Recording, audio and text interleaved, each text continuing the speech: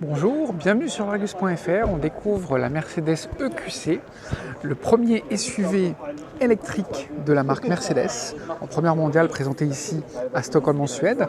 Alors on découvre ici son museau, c'est la finition Electric Art avec une calandre à 7 barrettes soulignée par un jonc noir. On enchaîne avec la finition AMG, donc là vous allez voir que l'avant est vraiment différent. 2 barrettes, un peu moins de chrome et surtout une forme de vague en dessous de la plaque. Donc il y a un museau très particulier, il faudra s'habituer à cette nouvelle face avant distinctive. Pour le reste, il s'agit d'un SUV d'une longueur de 4,76 m, donc il se situe entre le GLC et le GLE. Il reprend beaucoup d'éléments techniques du GLC d'ailleurs. Alors, d'un point de vue technique, justement, il y a 2 moteurs électriques, un sur l'essieu avant, un sur l'essieu arrière, qui permettent d'avoir une transmission intégrale. Il y a une puissance de 408 chevaux et une grosse valeur de couple, 765 Nm, donc c'est autant que celle proposée par un V8 AMG. Alors, on va aller voir toute la partie arrière. La partie arrière, justement, on va la détailler ici. Elle se distingue par ce bandeau lumineux qui peut évoquer un Porsche Cayenne ou le nouveau Porsche Macan. Donc ça permet d'étirer les lignes, d'abaisser visuellement la hauteur du véhicule. C'est la signature justement de cette marque électrique. On le voit d'ailleurs sur les jantes qui ont un diamètre compris entre 19 et 21 pouces. On voit ici ces éléments bleus, des éléments bleus que l'on va retrouver ici à l'intérieur des phares. Donc c'est la signature en fait de la gamme EQ qui veut dire intelligence électrique. Donc on note qu'il n'y a pas de chrome à l'intérieur des phares. Donc on a cette calandre particulière. Et puis on va aller découvrir l'intérieur de ce Mercedes EQC, modèle qui sera commercialisé à partir de l'été 2019, qui sera produit dans l'usine de Brême en Allemagne ainsi qu'en Chine. On note à l'arrière, allez, j'appuie sur ce bouton pour ouvrir le coffre. Un véhicule qui est taillé pour 5 passagers. On a un volume de coffre de 500 litres. Alors le volume de coffre, c'est un peu le talon d'Achille de ce véhicule parce qu'en fait, sur la catégorie, je vais me permettre de refermer le coffre. Sur la catégorie, on a au moins 650 litres, voire plus, donc c'est pas vraiment l'idéal. On va aller voir maintenant sur l'autre version l'habitacle. La planche de bord qui rappelle celle de la classe A avec, on va peut-être baisser un petit peu le son, ce serait pas mal.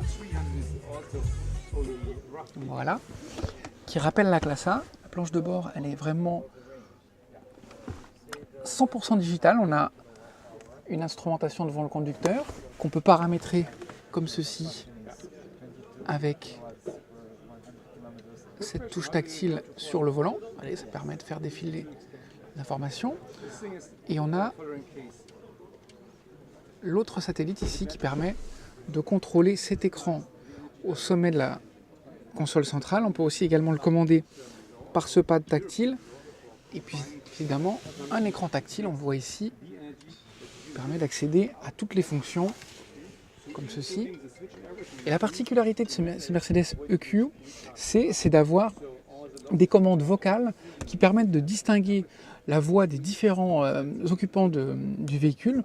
Donc on peut très bien avoir des commandes dédiées pour le conducteur. Il suffit qu'il énonce la commande et le système reconnaît que c'est immédiatement, ça concerne le conducteur.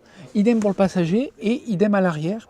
Et comme il s'agit d'un véhicule électrique, il y a des fonctions spécifiques qui sont liées à la recharge, qui sont liées à la gestion de la climatisation, avant ou après, une conduite prédictive qui est également dédiée pour pouvoir anticiper les montées, les descentes, les ralentissements, pour vraiment gérer au mieux la batterie. On a derrière le volant des petites palettes qui servent à contrôler justement la gestion de la récupération d'énergie au freinage. Donc ça permet d'avoir dans un cas un mode roue libre et dans l'autre cas une gestion du freinage qui apporte beaucoup de frein moteur et qui justement évite d'utiliser la pédale de frein. On conduit ainsi uniquement avec la pédale d'accélérateur. C'est un mode qui est proche en fait de ce qu'il y a dans la Nissan Leaf.